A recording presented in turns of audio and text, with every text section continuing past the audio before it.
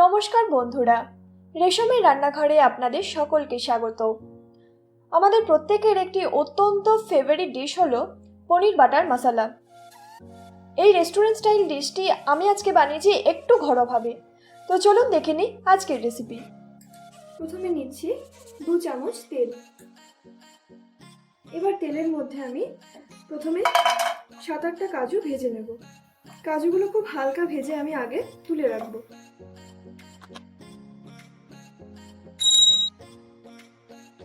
এবার ওই তেলের মধ্যে দিচ্ছি 2টো তেজপাতা, 2টো শুকনো লঙ্কা, দারচিনি, 3টে ছোট এলাচ।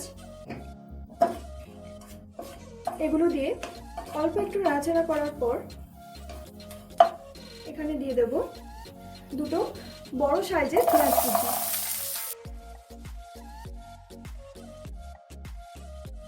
আর এখানে দিয়ে দিচ্ছি 3টে রসুনের কোয়া। এবার আমি পেঁয়াজটাকে লো ফ্লেমে 5-7 মিনিট মতো নেড়ে নেব। পেঁয়াজটা হয়ে গেছে এখানে। এবার এখানে দিয়ে দিচ্ছি আদা কুচি। এখানে আমি 1 ইঞ্চি মতো আদা কুচি করে রেখেছি। আর দিচ্ছি 3টে মিডিয়াম সাইজ টমেটো কুচি। আর দেবো 2টো কাঁচা লঙ্কা। আর এখানে দিয়ে দিচ্ছি স্বাদ মতো নুন। এবার আমি লো ফ্লেমে মশলাটাকে ততক্ষণ নাড়বো যাতে টমেটোটা একদম নরম হয়ে যায়। দেখুন টমেটোটা একদম নরম হয়ে গেছে। আর এখানে আমি দিয়ে দিচ্ছি আগে থেকে ভেজে রাখা কাজু বাদামগুলো। এবার মশলাটাকে আমি ঠান্ডা করে মিক্সিতে বেটে নেব। এবার এখানে দিয়ে দিচ্ছি 2 চামচ তেল। আর দিয়ে দেবো বেশ খানিকটা বাটার। এবার এর মধ্যে দিয়ে দিচ্ছি 1 চামচ মতো রসুন কুচি। আর দিয়ে দিচ্ছি 2 টেবিল স্পুন কাশ্মীরি লঙ্কার গুঁড়ো। কাশ্মীরি লঙ্কার গুঁড়ো দিয়ে কিছুক্ষণ নাড়াচাড়া করার পরে আমি এর মধ্যে দিয়ে দেবো তৈরি করে রাখা পেস্টটা।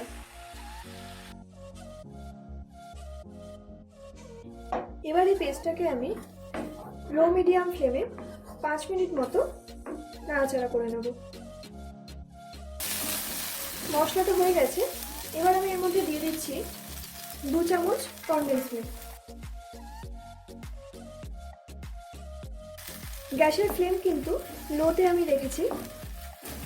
আর কনডেন্স মিল্কটাকে ভালো করে মশলার সাথে মিশিয়ে নিলাম।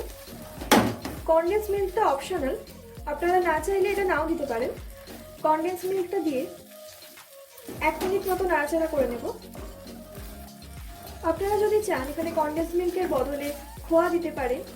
আর কিছু না থাকলে যদি অল্প একটু চিনিও দেন তাহলেও হবে। কনডেন্স মিল্কটা একদম মিশে গেছে। এবার এর মধ্যে আমি দিয়ে দেবো গ্রেভির মতো প্রয়োজনীয় জল। আমি এখানে গরম জল দিলাম। এবার আমি এর মধ্যে দিয়ে দিচ্ছি পনিরের টুকরোগুলো। এখানে আমি 200 গ্রাম পনির নিয়েছি।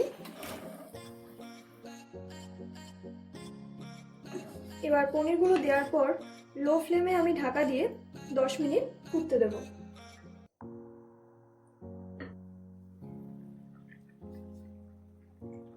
দশ মিনিট হয়ে গেছে। গ্রেভিটা একদম সেট হয়ে গেছে। এবার এর উপর দিয়ে দেবো আমি গরম মশলা গুঁড়ো। এখানে আমি 1/2 চামচ মতো গরম মশলা গুঁড়ো দিলাম। আর দিচ্ছি অল্প পরিমাণ ধনেপাতা কুচি। ধনেপাতা কুচি দিয়ে গ্রেভিটাকে আর 1 মিনিট নাড়াচাড়া করে নেব। লো ফ্লেমে গ্রেভিটা 1 মিনিট ফুটেছে। এবার এর উপর দিয়ে দিচ্ছি কসুরি মেথি। কসুরি মেথিটাকে দেওয়ার আগে হাতে একটু এরকম রগড়ে দেবেন। দিয়ে এরকম ছড়িয়ে দিচ্ছি। ভালো করে এটাকে মিশিয়ে নিলাম। এবার এর মধ্যে দিয়ে দিচ্ছি 1/4 কাপ ফ্রেশ ক্রিম।